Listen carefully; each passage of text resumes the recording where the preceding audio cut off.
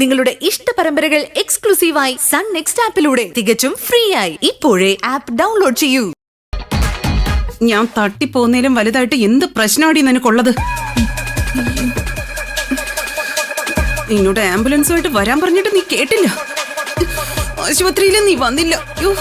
പക്ഷെ ഓരോ നിമിഷവും ഞാൻ നിന്നെ കുറിച്ച മോളെ ഓർത്തത്. ഞാൻ മരിക്കല്ലേ എന്ന് പ്രാർത്ഥിച്ചത് പോലും നിനക്ക് വേണ്ടിയാ. പോലീസ് എന്റെ ബോഡി പോസ്റ്റ്മോർട്ടം ചെയ്യുമെന്നും എനിക്ക് വിഷം തന്നതിന് നിന്നെ അറസ്റ്റ് ചെയ്യുമെന്നൊക്കെ ഞാൻ ഭയന്നു. പോലീസ് എന്നെ എന്തിനാ അറസ്റ്റ് ചെയ്യണം? അമ്മയ്ക്ക് പായസം കൊണ്ടുവന്ന നിധിയല്ലേ, അപ്പൊ അവളല്ലേ അറസ്റ്റ് ചെയ്യണ്ടേ? ഓ, ഞാൻ ചത്തിട്ട് നിധിയെ പോലീസ് പിടിക്കുന്നത് കാത്തിരിക്കുമായിരുന്നോ? പോലീസ് ഇപ്പൊ പഴയ പോലൊന്നും അല്ല. കേസ് അന്വേഷിച്ച് അവര് നിന്നെയും നിനക്ക് ഈ ബുദ്ധി പറഞ്ഞു തന്ന ആ വസുന്ധരയും പിടിച്ച് അകത്തിടും. ഓ, ഞാനൊരു പാഠം പഠിച്ചു മോളെ.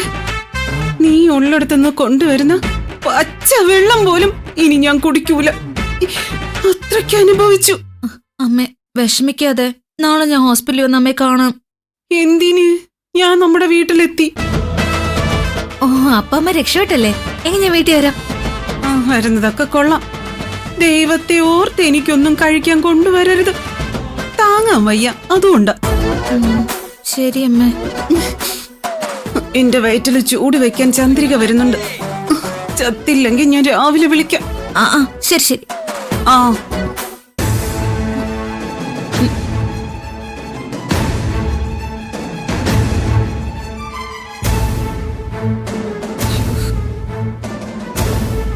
ഏട്ടത്തി കിടക്ക്, എങ്കിലേ വയറ്റില് ശരിക്കും ചൂട് ചെല്ലു.